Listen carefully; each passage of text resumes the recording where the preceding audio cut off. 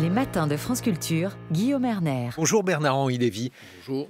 Je vous ai invité pour célébrer les 30 ans de la règle du jeu, la revue que vous dirigez, que vous avez fondée, 30 ans de vie intellectuelle française, avec un numéro spécial. Comment lisez-vous ? Vous avez posé un certain nombre de questions sur la lecture à différents personnages, différents intellectuels, artistes, Christine Angot, Emmanuel Carrère, Sofia Coppola, Arnaud Desplechin, Michel Houellebecq ou Emmanuel Macron. Mais alors, vous-même, vous n'avez pas répondu à ce questionnaire. Donc je me propose de combler cette lacune. La première question, Bernard-Henri Lévy, à quel moment de la journée, de la semaine ou de l'année lisez-vous le plus volontiers ?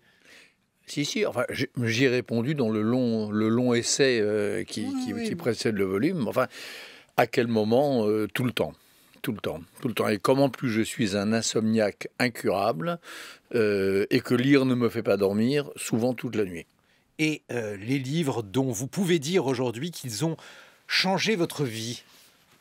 Les livres d'aventure, les livres qui mettent en scène des gens qui ont le sens de la grandeur ou de l'honneur, les livres de Malraux, les livres de Byron, ou bien des livres un peu sous-estimés aujourd'hui, les romans de Malaparte que j'ai lus assez tôt et dont je n'ai jamais compris qu'ils n'aient pas le statut de chef-d'œuvre incontestable qu'ils devraient avoir, Caput ou La Peau, ont vraiment changé mon rapport à la vie. Mais alors, étonnamment, dans effectivement cette préface après Babel que vous donnez à ce numéro de La règle du jeu, Bernard-Henri Lévy, vous citez beaucoup plus Sartre que Malraux. Oui, parce que je suis sartrien, j'ai une admiration sans borne pour Sartre. Alors, il m'a moins fabriqué parce que j'ai lu Malraux plus jeune, j'ai lu Malraux à l'adolescence, à 16 ans, 17 ans. Mais le philosophe sur lequel j'ai le plus réfléchi, celui qui a réorienté ma conception du monde, celui que j'admire le plus, celui dont la vie et l'œuvre me semblent raconter les 100 dernières années avec le plus d'exemplarité, c'est Sartre. Mais pas le Sartre auquel on pense souvent. Moi, ce qui me passionne, c'est le Sartre qui veut être Stendhal ou rien. C'est le Sartre gidien. C'est le Sartre nietzschéen, anti-totalitaire. Le Sartre qui est déchiré, bien sûr, entre des postures totalitaires qu'il a parfois eues.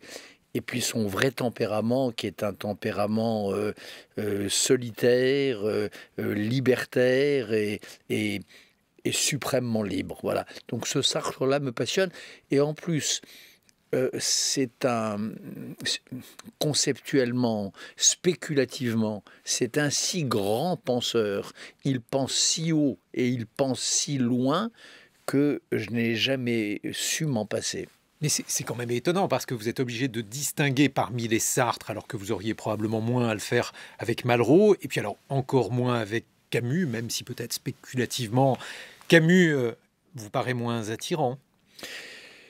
Vous savez, Malraux, si, on peut distinguer aussi. Il y a Dieu sait que j'ai une tendresse filiale pour Malraux, mais il y a un Malraux auquel je préfère ne pas penser, le Malraux qui a choisi, qui au moment de la guerre d'Espagne, malgré son attitude héroïque, a quand même pris le parti des staliniens, a quand même décidé de fermer les yeux sur les massacres des poumistes et des anarchistes. Non, il y a peu d'écrivains, au fond, dont la vie et l'œuvre soient tout entière admirables.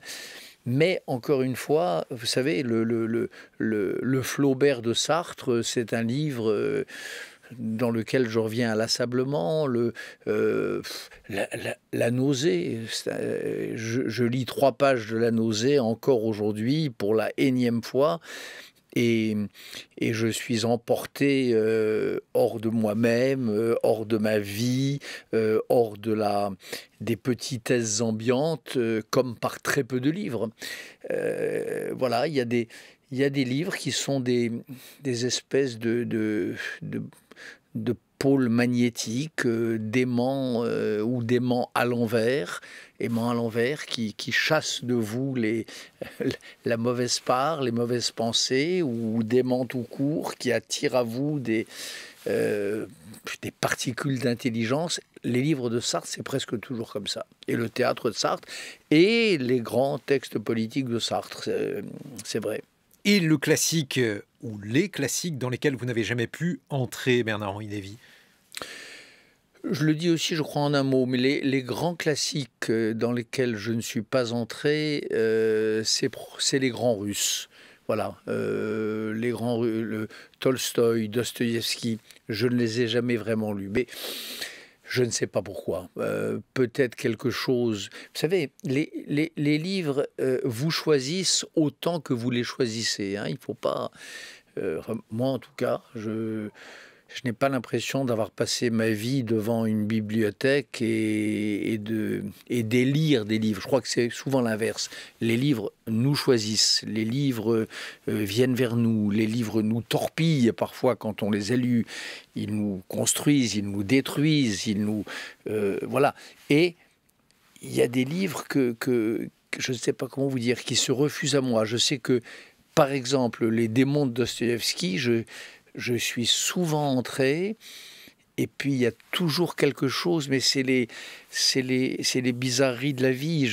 Il y a des scénarios très différents, mais j'ai en tête plusieurs moments de mon existence où j'ai failli lire Les Possédés, et où quelque chose l'a empêché. Une espèce de mauvais sort qui fait que ce livre-là n'a jamais réussi à aimanter mon désir. Et puis la dernière question que vous posez dans ce numéro de La règle du jeu, Bernard-Henri Lévy, c'est le mauvais livre. Qu'est-ce qu'un mauvais livre selon vous? Un mauvais livre, c'est un livre qui n'ajoute ni à la connaissance que l'on a de l'humain, ni à la langue dans laquelle il a été écrit, ni à la langue universelle, et qui néanmoins exerce un effet d'envoûtement sur vous. Voilà, c'est ça techniquement un mauvais livre. Et moi, il y a des mauvais livres que j'ai lus et que je continue de lire. Des romans policiers, des romans d'espionnage, les SAS de Gérard de Villiers que je lisais à peu près régulièrement du vivant de leur auteur. Voilà. Donc je sais qu'ils n'ajoutent rien à leur langue, qu'ils ne sont pas une langue minoritaire dans le français qui invente, qui fraye un chemin, etc., dont je sais que les types humains qu'ils proposent sont des types misérables et qui ne grandissent pas l'idée que je peux me faire de moi-même. Mais il y a quelque chose qui attire vers ces livres-là. 30 ans que vous avez créé La règle du jeu, pourquoi vouliez-vous créer une revue, Bernard-Henri Lévy? Je voulais créer une revue. À l'époque, j'avais une vision assez idéologique et assez systématique du monde. C'est-à-dire que je pensais que il y avait un point à partir duquel on pouvait voir ensemble mes choix politiques ou ceux de quiconque, donc ces choix politiques, ces choix philosophiques, ces choix esthétiques, et comment il y avait une sorte de congruence entre tout ça. Premier pari. Et deuxième pari, je pensais que plusieurs écrivains pouvaient se mettre ensemble et percevoir la même cohérence entre les pans différents de la pensée et de la vie. Donc, c'est pour exprimer ça. Je pensais qu'il n'y avait aucun endroit qui permettait à Suzanne Sontag, Carlos Fuentes, Salman Rushdie, Amos Oz et moi-même, et d'autres, de dire ensemble ce qu'ils avaient en commun et ce qui, dans ce qu'ils avaient en commun, leur permettait d'entrer du même pas dans les livres, dans la pensée, dans la philosophie. Donc c'était ça le rêve de toute revue. Hein. C'est comme ça que les grands ancêtres ont fondé leur revue, et c'est comme ça que j'ai fondé La règle du jeu. Alors, entre-temps, il s'est passé deux choses. La première, c'est que la plupart de ceux que j'ai mentionnés là sont morts. Et quand vous regardez l'ours de la revue, C'est vrai que c'est un cimetière, et je pourrais en citer d'autres, Georges Semprin, Thaddeus Cantor, qui font partie des fondateurs de la règle du jeu, hein, que nous avions rassemblés à l'époque avec Guy Scarpetta, Jean-Paul Antoven, et qui sont morts. Et puis la deuxième chose qui a changé, c'est que je suis moins systématique aujourd'hui. Je pense qu'on n'a pas forcément l'esthétique de sa politique, qu'on n'a pas forcément la politique de son éthique, et que je pouvais être d'accord avec Suzanne Sontag à l'époque, quand on a fondé la règle du jeu, sur la montée criminelle des nationalismes et la Sarajevo et la Bosnie, et puis ne pas être d'accord peut-être sur d'autres choses. Voilà. Donc je suis devenu d'une certaine manière plus sage, et plus mélancolique, parce que ce cimetière sur papier qu'est le comité éditorial de la règle du jeu. Mais ils sont tous là religieusement. Alors parfois, il m'arrive de penser que les morts, comme dans la vie, hein, seront un jour sur cette page de garde de la revue plus nombreux que les vivants. C'est ainsi. Alors il y avait, en tout cas dans le numéro 1 de la règle du jeu, un philosophe qui était déjà mort. Vous en avez publié un inédit. Il s'appelait Alexandre Kojève. On va écouter sa voix. C'est une archive très rare. Elle est difficile à entendre, mais elle donne une idée aussi de ce qu'était Kojève. Et tout de suite après, vous allez nous le présenter, Bernard-Henri Lévy. Le deuxième principe est celui du tiers exclu. Celui-là, il dit que certes, on peut dire de quelque chose que c'est A et que c'est non A, toujours. Mais aussi, c'est tout ce que vous pouvez dire. Vous ne pouvez rien dire d'autre. Si une chose n'est ni A ni non A, qu'est-ce qu'elle est? Elle est ineffable. Eh bien, pendant des années, j'ai cru découvrir une preuve logique de l'existence de Dieu. Et j'étais très embêté, parce qu'enfin, quand même, pendant 2000 ans, on a essayé d'en trouver, on a toujours échoué, c'est vraiment merveilleux, vous comprenez, si je réussis. Donc, il y avait quelque chose qui ne collait pas. Eh bien, j'ai trouvé. Mais je vous assure, ça m'a pris 5 ou 6 ans. C'est que c'est faux. On peut parfaitement, dans le discours... Pourquoi une preuve de l'existence de Dieu? N'est-ce pas? C'est évident. Si vous dites A et non A, et vous pouvez dire A et non A, et rien d'autre, donc, il y a une limite dans le discours, du moins humain. Enfin, avouez que déduire l'existence de Dieu d'un principe découvert par un païen, c'est fâcheux. Alors, bon, heureusement, c'est faux. On ne peut rien en déduire. Un extrait de la voix d'Alexandre Kojève, son accent, son phrasé. Présentez-le nous, Bernard-Henri Lévy. Bravo d'abord pour l'avoir retrouvé. On trouve tout, vous savez, dans les archives de France Culture. Oui, mais elle est très rare. Je la connaissais, mais elle est très rare. Présenter, commenter ce qu'on vient d'entendre. Un Russe émigré en France, la voix. 2, une autorité incomparable. Ce phrasé pré-lacanien. Il y a quelque chose d'ailleurs de Kojève dont Lacan s'est probablement inspiré dans sa jeunesse parce qu'il l'a infiniment admiré. Kojève était le maître de Lacan et de quelques autres. On l'appelle souvent le maître des maîtres. Ses cours sur la phénoménologie de l'esprit, son commentaire ligne à ligne, presque talmudique de la phénoménologie de l'esprit de Hegel, était une sorte de messe à laquelle assistaient religieusement, avant la guerre, Lacan, Sartre, Bataille, Léris, Caillois, tout ce que l'intelligentsia de l'époque pouvait compter. Personnage éminemment mystérieux. Est-ce que c'est un philosophe? Sûrement, grand philosophe. Est-ce que c'est un conspirateur? En tout cas, il aimait le donner à penser. Et puis c'est quelqu'un, et moi c'est ce qui m'a fasciné, et c'est ce qui nous a fasciné à la règle du jeu quand nous avons créé cette revue, c'est que c'est le philosophe qui a pris au sérieux la thèse de Hegel que l'histoire est finie.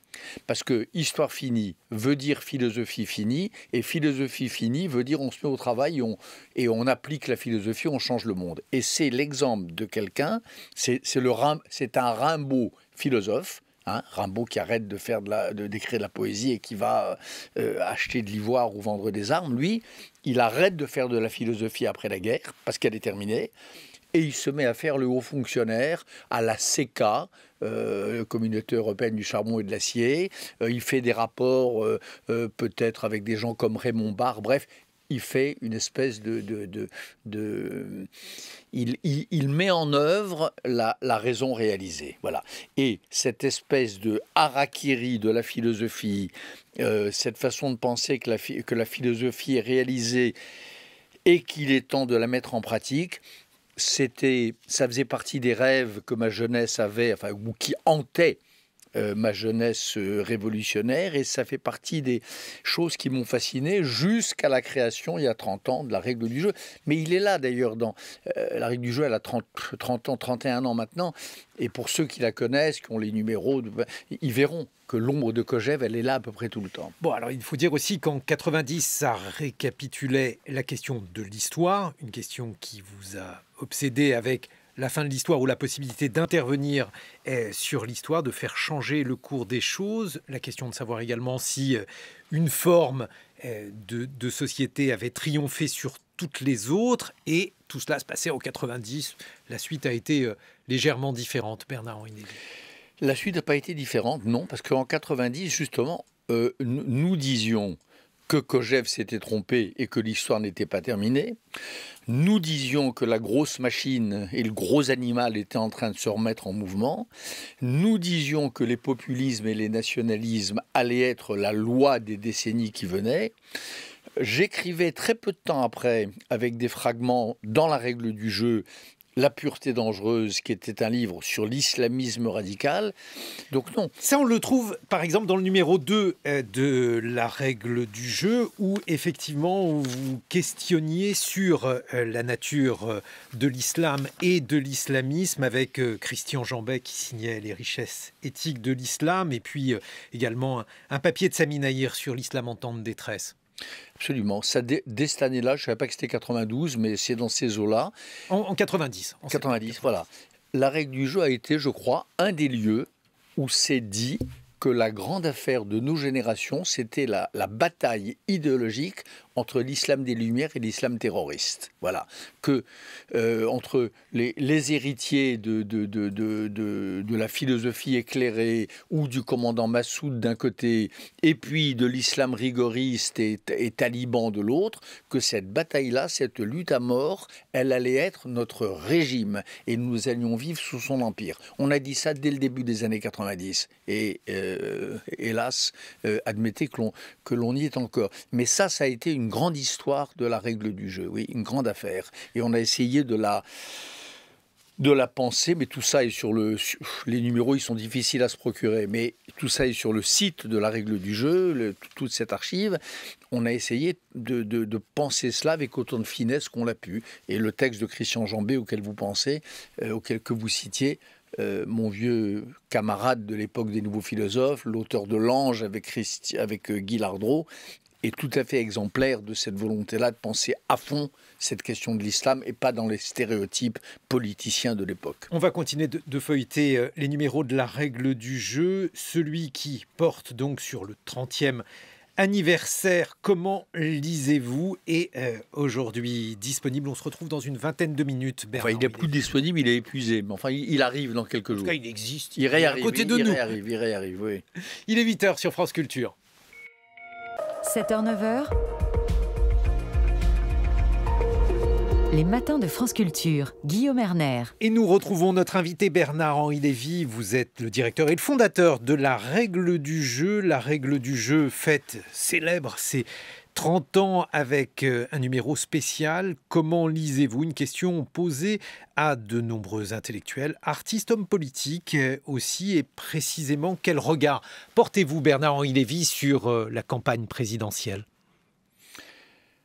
Oh, écoutez, je crois qu'elle n'a pas encore vraiment démarré. Enfin, j'espère en tout cas qu'elle n'a pas démarré, parce que si on en est à des questions de cravate, et si, comme on vient de l'entendre, et si on en est aux échanges de noms d'oiseaux que l'on entend ici ou là, c'est assez navrant, pour l'instant.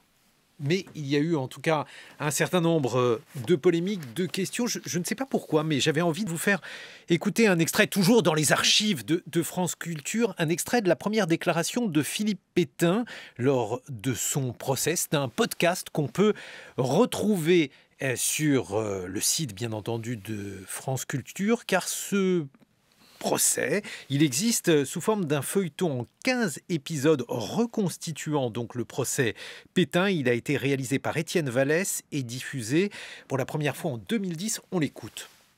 C'est le peuple français qui, par ses représentants réunis en Assemblée nationale, le 10 juillet 1940, m'a confié le pouvoir. C'est à lui que je suis venu rendre des comptes.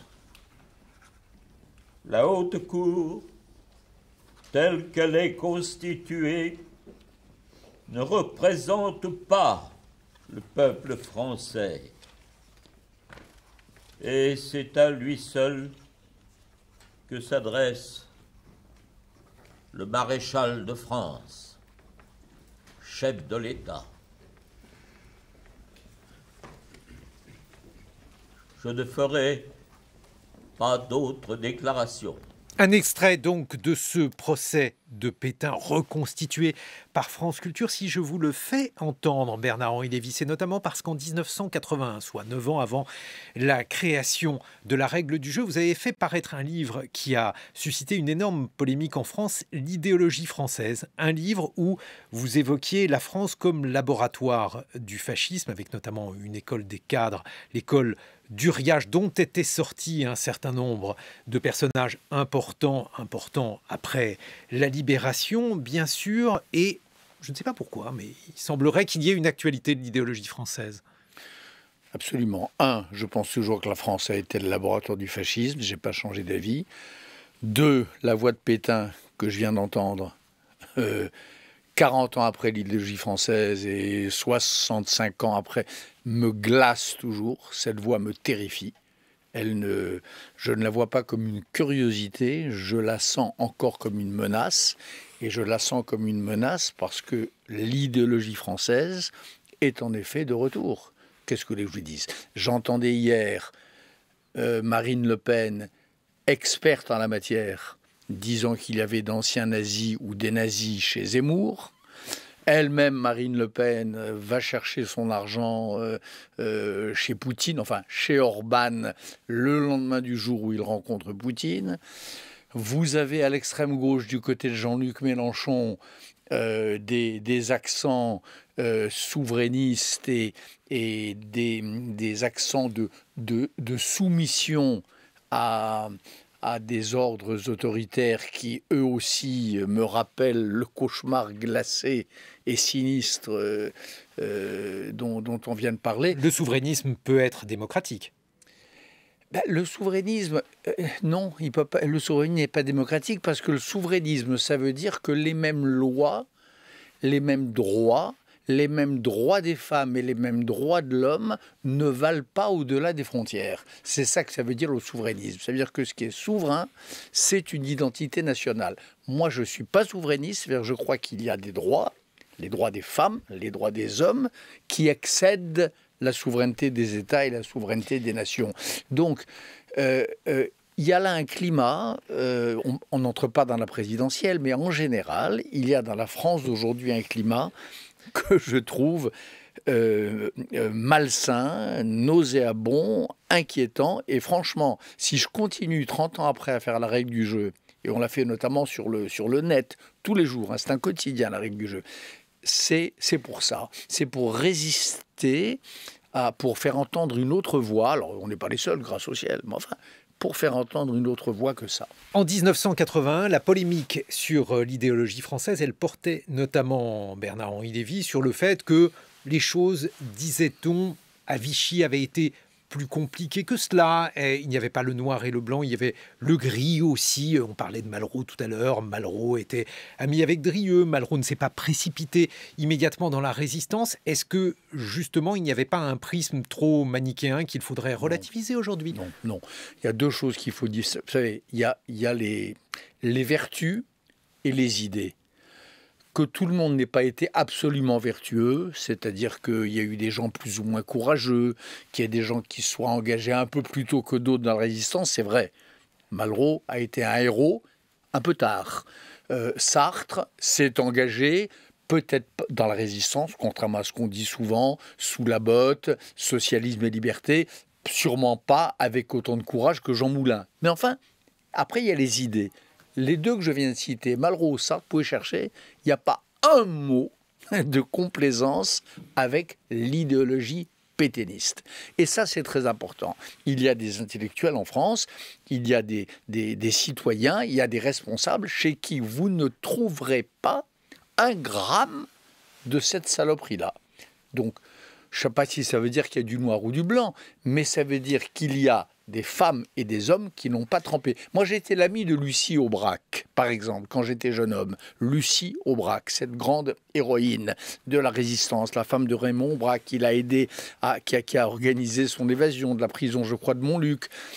Eh bien, chaque fois que je rencontrais Lucie Aubrac, quand j'étais jeune homme, c'était comme un bain de rigueur, d'intelligence, de courage. Voilà une femme qui n'avait jamais trempé dans cette espèce de marécage qui continue d'exister aujourd'hui, où nous continuons de barboter, plus ou moins, les uns ou les autres. Donc il y a des gens qui ne trempent pas là-dedans. L'autre critique adressée à Bernard-Henri Lévy consistait à dire « cet homme, c'est l'anti-France ».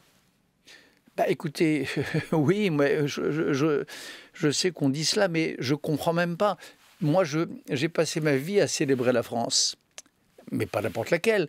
Pas la France chevrotante, pas le cauchemar sinistre et glacé de la voix que vous avez, l'archive que vous avez donné à entendre. Moi, la France que je respecte, c'est la France libre. C'est la France des jeunes gens qui, comme mon père, s'engagent pour l'Espagne républicaine. C'est la France du 18 juin ou du 16 juin. Charles Tillon, le communiste, 2 jours avant Charles de Gaulle, qui contre toute raison, alors que le monde entier dit qu'il n'y a aucune chance, dit qu'il faut entrer en résistance. C'est ça la France. Et l'anti-France, c'est l'inverse. C'est ceux qui, jusqu'à aujourd'hui, jettent à la poubelle les valeurs qui font la singularité, la grandeur de notre pays. Mais est-ce que numériquement, ça n'est pas justement une fiction? Alors, fiction peut-être importante, symboliquement, et la France qui a résisté, évidemment, cela compte. Mais ce que vous montriez dans l'idéologie française, c'est que finalement, une partie des cadres de l'après-guerre avaient été aussi des cadres, en tout cas pour partie formés à Vichy, Bernard-Henri Lévy. Oui, ce que je montrais à l'époque, et c'est une des raisons pour lesquelles l'idéologie française avait été lynchée.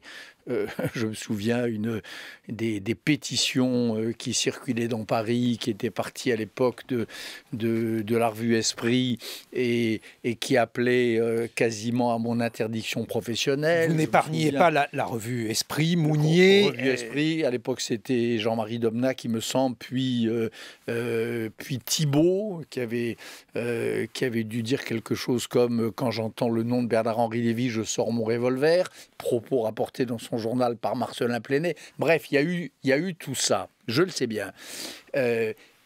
Pourquoi? Parce que je disais en effet la chose suivante. Je disais que dans ces années qui durent, qui ne sont pas arrêtées en 1945, qui duraient jusqu'à l'époque, et en fait je ne l'imaginais pas jusqu'à aujourd'hui, il y a 3 choses. Il y a la France des collabos, il y a la France des résistants, peu nombreux, mais qui ont fini par gagner.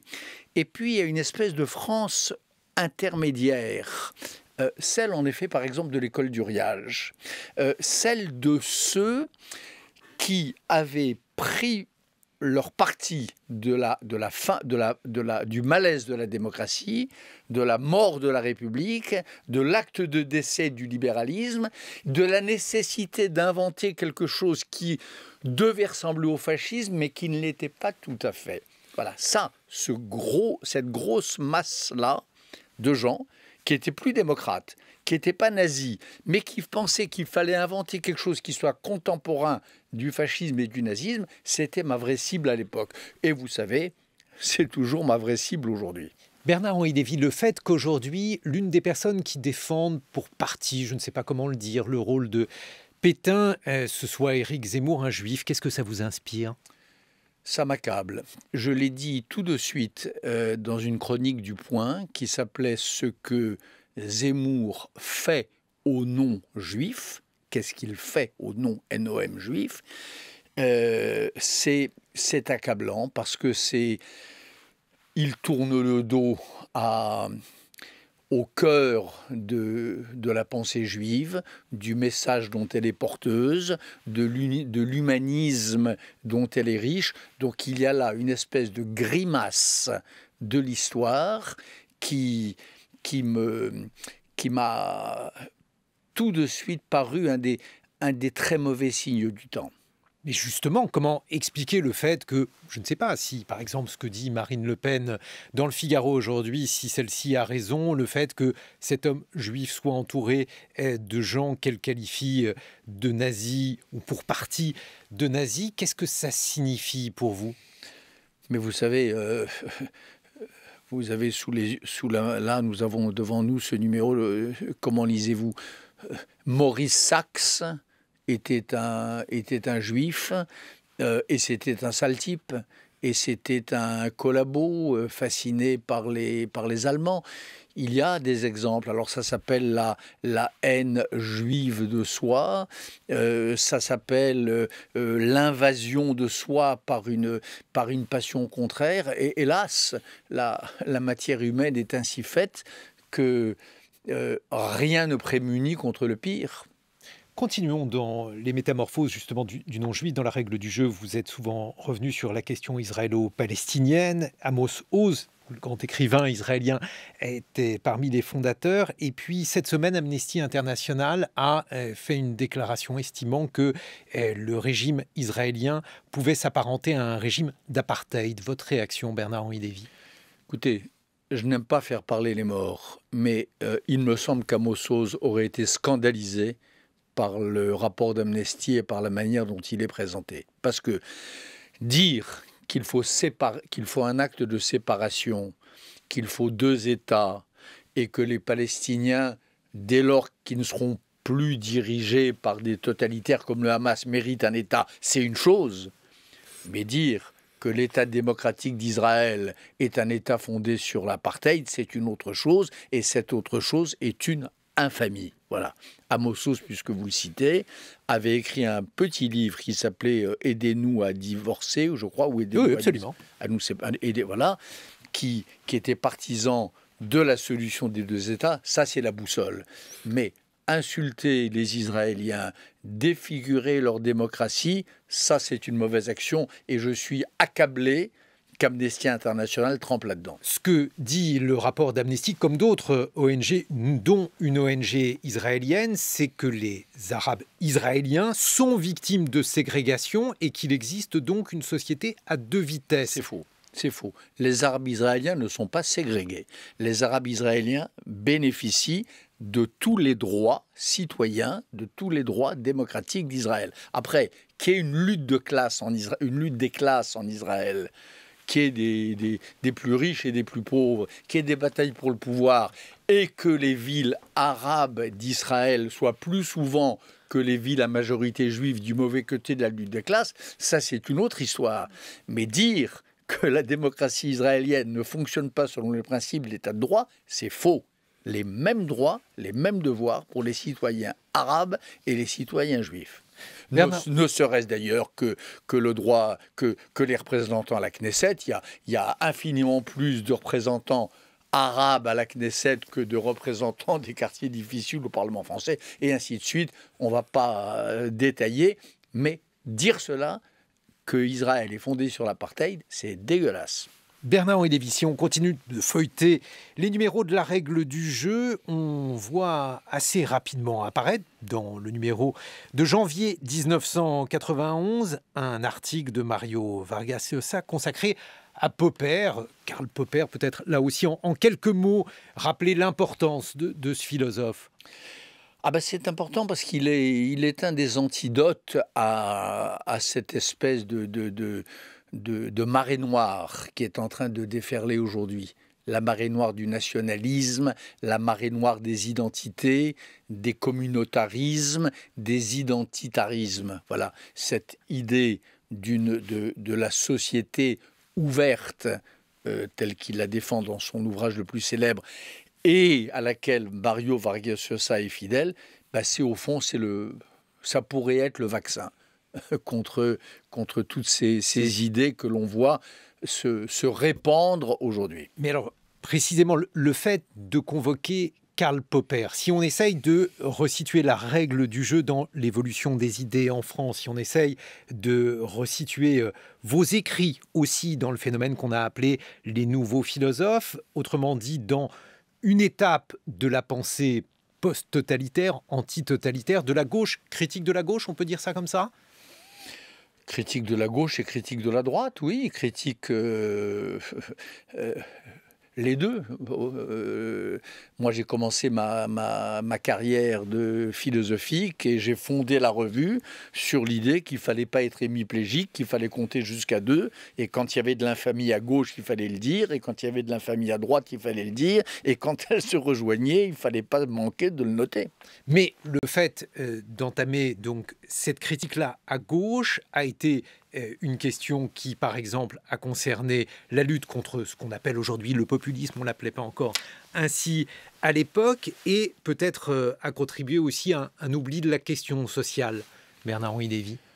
Je ne crois pas. Je ne crois pas. Alors, la question sociale, la règle du jeu, qui est une petite revue, c'est un laboratoire de pensée, hein, c'est pas un mass média, avec un site qui est plus puissant. Le site quotidien, lui, il s'adresse à plus de gens. Mais enfin, la règle du jeu, c'est pas le lieu où l'on va exprimer les grandes revendications sociales, même si la plupart d'entre nous, ou tous ceux qui font la revue, tous les jeunes gens, d'ailleurs, par parenthèse, qui font la revue, parce que j'ai beaucoup parlé de morts et beaucoup parlé d'anciens, mais enfin, les gens qui font la revue aujourd'hui, c'est des gens très très jeunes. La directrice de la rédaction de la revue est une jeune brésilienne qui s'appelle Maria de França, qui a l'âge d'être ma fille et peut-être encore pire que ma fille, encore plus jeune. Les jeunes gens qui sont autour d'elle, Baptiste Rossi, Nathan Devers, c'est des gens qui ont 20 ans, 25 ans. Donc, pour ces gens-là, les questions que nous abordons depuis un moment, depuis le début de cette émission, elles sont à la fois toujours les mêmes et elles se posent à nouveau frais. Elles se posent c'est la même problématique, mais elles se posent dans une langue nouvelle. Dans le numéro 3, un article de Michel Onfray. Qu'est-ce qui s'est passé ensuite, Bernard-Henri Lévy ? Il s'est passé ce qui se passe dans l'histoire des humains et dans l'histoire des revues, c'est-à-dire qu'on rencontre un jeune écrivain, un jeune philosophe, on le trouve brillant, on est charmé par sa volonté de savoir, on est émerveillé par sa curiosité, on a envie d'accompagner son aventure intellectuelle, et puis un jour il y a une rupture, voilà. Parce qu'on trouve qu'il est devenu con, parce qu'on trouve qu'il a changé. C'est ce qui s'est passé avec Michel Onfray. J'ai aimé ce garçon, je l'ai aimé, je l'ai édité. Il a été, comme Philippe Muret d'ailleurs, il y a eu le comité de rédaction d'une revue... Pourquoi la rupture avec Philippe Muret ? Parce que je crois que le 19e siècle, à travers les âges, est pour vous un livre important. Bien sûr, j'étais, il me semble, un des premiers à le saluer. J'avais salué à l'époque dans l'Observateur son Céline, qui était un livre majeur. Et il a été lui aussi au comité de rédaction longtemps de la règle du jeu. Et puis là aussi, alors la rupture, elle a été... Et puis j'ai publié des livres de lui chez Grasset, son Rubens et d'autres. la rupture a été plus lente, ça s'est défait, mais parce qu'on n'est plus d'accord. Vous savez, une revue, c'est tellement petit. Je disais tout à l'heure, laboratoire. C'est fait par quelques femmes et quelques hommes. On ne peut pas se permettre d'être sur des planètes opposées. On peut, quand on écrit au Monde ou quand on écrit au Figaro, ça c'est la grandeur de ces journaux, on ne peut pas être d'accord. Quand on est France Culture, on invite des gens de tous horizons. Mais quand on a ce petit espace qu'est une revue, comme la règle du jeu, quand on veut encore la faire vivre, contrairement à ce qui se dit partout, le débat qui s'est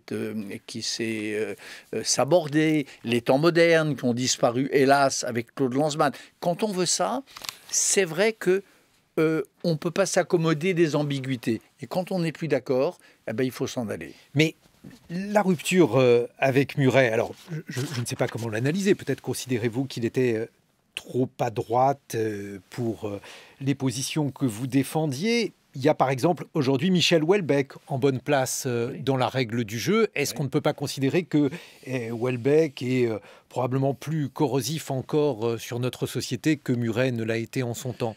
Houellebecq, c'est différent. Houellebecq est un immense romancier qui a le pouvoir de donner non seulement à lire, mais à penser et à vivre notre temps.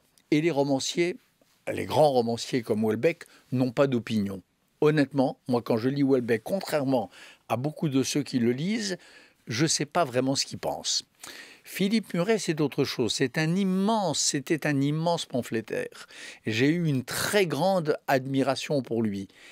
Et puis, un beau jour, il est devenu, c'est pas question de droite, il est devenu en effet extraordinairement réactionnaire. Voilà, c'est-à-dire, dans la règle du jeu, il y a toujours ce pari sur la modernité. Nous n'avons pas fait notre deuil du moderne. Alors, je sais bien que Roland Barthes, il m'est devenu indifférent d'être moderne, c'est vrai, mais pas pour autant le c'était mieux avant, pas pour autant tourner le dos aux expériences les plus neuves de la scène intellectuelle et politique. Tout ça, à la règle du jeu, ça nous passionne. Quand Christine Angot va chaque année au Festival d'Avignon et qu'elle en rapporte un papier fleuve, voilà, ce qui me plaît, c'est ça, c'est qu'elle va saisir dans l'air du temps théâtral la pointe du nouveau. Et ça me passionne. Et Muret, qui aujourd'hui a disparu, dans les dernières années de sa vie, il n'était plus en phase avec cette curiosité insatiable du nouveau que nous avons avec Maria de Fransart, avec Jean-Paul Antoven et toute l'équipe de la revue. Ça veut dire que finalement, vous n'avez jamais été anti-moderne? Non, je n'ai jamais été anti-moderne. Non, je n'ai jamais été anti-moderne. J'admire infiniment Baudelaire, par exemple, qui est l'un des pères de... Voilà, mais par exemple, Baudelaire, qui est revendiqué par les antimodernes, c'est aussi l'inventeur du mot de modernité. C'est aussi l'homme qui, dans ses écrits sur l'art, ou dans ses poèmes en prose, ou dans ses fusées, fait l'éloge du temps qui vient, fait l'éloge de cette pointe vibrante du temps qui mord sur l'avenir. C'est compliqué. Voilà, au fond, si je devais situer la position de ce petit groupe d'écrivains qui, avec moi et un jour après moi, fabrique cette revue, je dirais ça. Ils sont baudelairiens. C'est-à-dire qu'ils sont attachés, bien sûr, à cette grande histoire peuplée de plus de morts que de vivants qui est l'histoire de la littérature, mais ils sont attentifs à cette merveille qu'est la nouveauté et qu'est la modernité. Bernard-Henri Lévy, la règle du jeu, le numéro anniversaire est aujourd'hui disponible. Vous dites qu'il est épuisé, mais j'imagine qu'il sera retiré. Il a été épuisant en 24 heures, mais je crois qu'il arrive lundi en librairie de nouveau et sur les plateformes. Merci de